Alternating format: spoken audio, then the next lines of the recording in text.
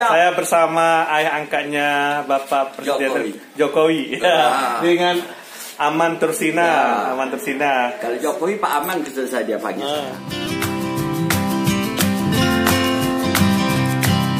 Tursina, Hadijah.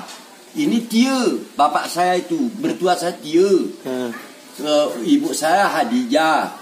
Nama istri saya Uhar.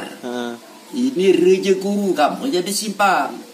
Itu nama saya Celia. Nama bapak saya Ismail, Nurdin. Amanya apa? Ama yang ini semuanya. Itu jumlahnya apa itu? Ini jauh udah. Tahun berapa ya? Semuanya.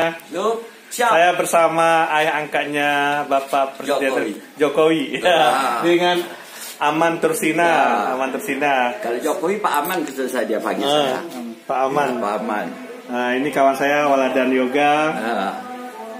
Hari ini saya berkunjung silaturahmi ke rumahnya Aman Tursina. Ya. Bercerita bagaimana Bapak Presiden kita dulu sempat di sini ya. Bapaknya. Orangnya baik ya Pak Jokowi dulu sini Pak. Bagus. Bagus Pak ya. Nggak macam-macam Pak. Sama dengan sekarang, cuma sekarang udah mulai marah dia. Dan marah kenapa marah-marah? Kan ada bilang yang korupsi itu saya gigit semuanya. Dia masukkan Ahok kan, hadam terus saya bilang. Harapannya untuk Presiden Jokowi apa Pak?